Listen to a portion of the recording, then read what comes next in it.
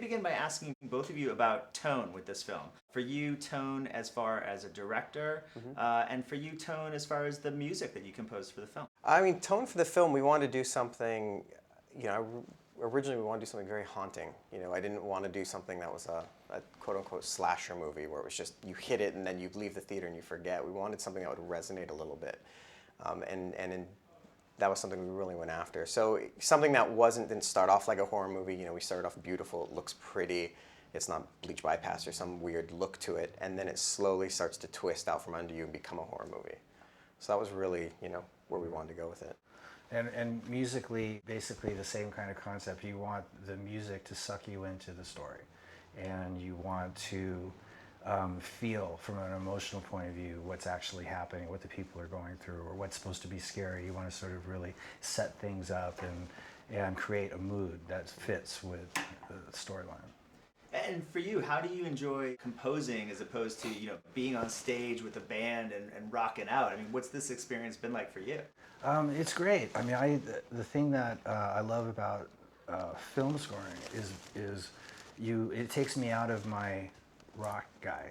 Like when I'm writing for in a band context, you really have the idea of writing within the context of a song, and you're talking about anywhere from 3.5 to 6 minutes, whatever.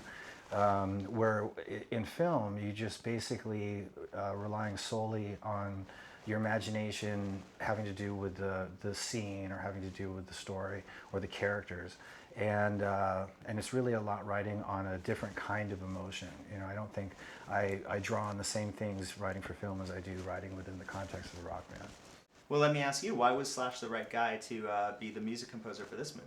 From the first day we met and I pitched him the kind of movie I wanted, that I thought this should be, we both agreed on that. I started sending him kind of artwork. I would send him paintings and sketches of what I wanted to do with the movie, and he would start sending little themes and little things as he was playing and traveling and I was traveling, and we would just send each other stuff. And it became a very organic process of the music really matching the story and the picture. So it was great to have him do that instead of come on at the end and just compose to something that was already been made, but us to be thinking story and music and visually all at the same time, trying to keep it all one.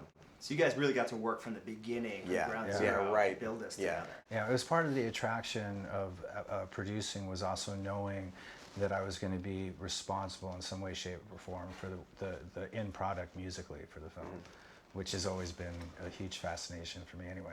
Is this your genre of movie? I mean, I think there's probably a thought that, oh yeah, you love horror films, but I mean, is this kind of your thing? Do you like other types of movies, or what's your... Yeah, I was thinking about that earlier. I mean, as a producer, I'm only really interested in doing horror-related stuff and maybe scary science fiction.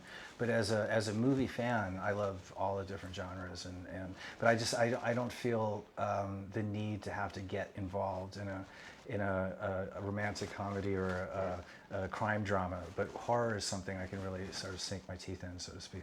What are some of your favorite films in the genre, and what are some of the films possibly that maybe influenced this one? Well, I mean, The Omen and The Exorcist were two major influences on me when I was a kid. Just being these really well-told, dramatic, and very scary sort of feature-length films. Rosemary's Baby, Night of the Living Dead. I mean, there's a long string of them, but those I remember having the biggest impact on me when I was younger.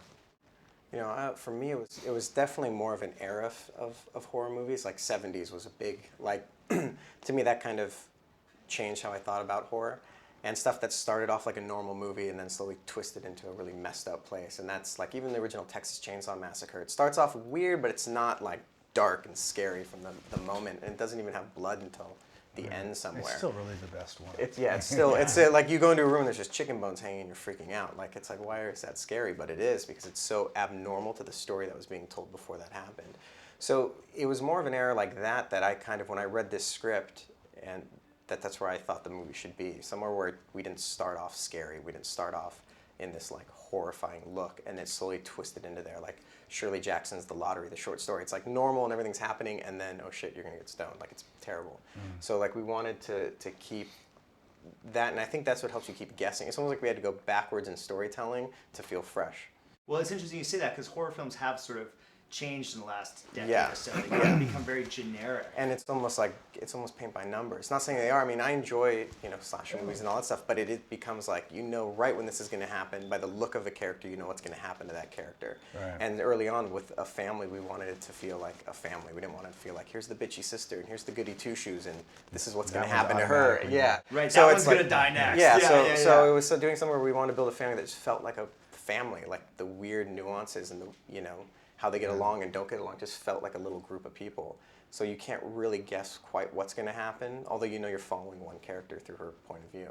Yeah, so it was important to sort of build the film that Right. way. Yeah. I mean, for me, like the inspiration to do all this was basically to get into that whole, the story development of getting into the characters. So you develop some empathy for the characters before you even know anything's going to happen or what's going to happen to who or what the deal is, and then you're on this journey with them, basically, however many of them, in this case the 5 of them, and then when things start to go awry, you actually feel some emotional feeling for what's going to happen, and I think it really draws you into it and makes things that much scarier. Yeah. So if you're going to cast a creepy minister for a film, I mean, is there anyone better than Clancy Brown? No, he was fantastic, and actually I did worry because he has been cast that way, and in the film, I really want to make a conscious choice not to have a black and white bad guy. Like at the end when you see what's actually happened, there's this weird weight and this guilt, and when he read the script and came in, he felt really bad for his character, and he had this like emotional baggage that came with it, and I thought he just knew what the character was. And he brought a lot of like almost history, like when he's on screen, because he can be really powerful and scary, but there's this like this weird balance to him, to where he's not completely scary, but he's not nice at the same time. So it all pays off, how we built it. Were you afraid bringing him in would sort of give it away too early? I kind of was, but then when I met him and we talked about it, there was just something about how he thought about the character where it felt right. It really felt natural. He's really a big softie. And that's the thing. It's like there's something where we're kind of just kind of going off the path with casting, because you think he's the bad guy, and he does play the bad guy, but then he has his other secrets which balance out when you don't expect it. Slash, were you involved with casting at all? Did you have Well, something actually, to say? Clancy was the one guy.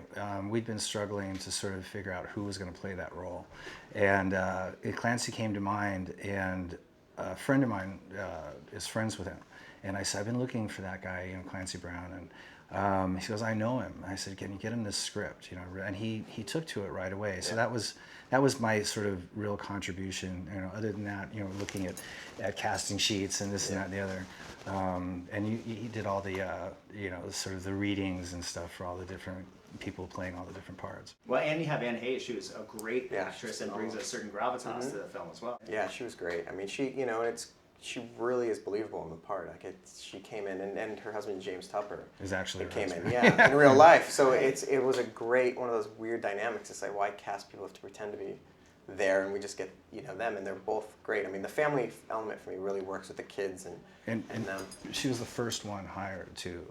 Her and James were the first one hired. So you had sort of established who mom and dad were. So you sort of use your common sense to sort of pick out who was going to be the daughters and who's going to be Christopher. And I'm always curious about this when you're making a scary movie like this. It's dark in tone. Yeah. When you're on the set, I mean, what's the mood like on the set? I mean, do you guys get to have fun making it, or is it kind of scary, especially for the kids? No, it was fun. Well, it's work, so you're busy doing that. But it was fun. I mean, there was like the horrific nightmare scenes. I mean, it's me and the DP laughing behind the camera the whole time because there's like wind and rain and blood, and like we're just laughing, having like kids. I mean, the hardest thing to shoot was probably Christopher. I mean, that was a really tough scene. Even though he's a professional actor and we're there, we know it's all fake, but when you see it on that monitor and you completely forget that you're actually filming it, I mean, it was really hard to shoot. So one of the interesting things I learned about scary movies, you see scary movies and you think, oh, well, it's just a movie, and behind the scenes, but when you're making the movie, all those scenes on the monitor are just as scary as what you see on the finished product.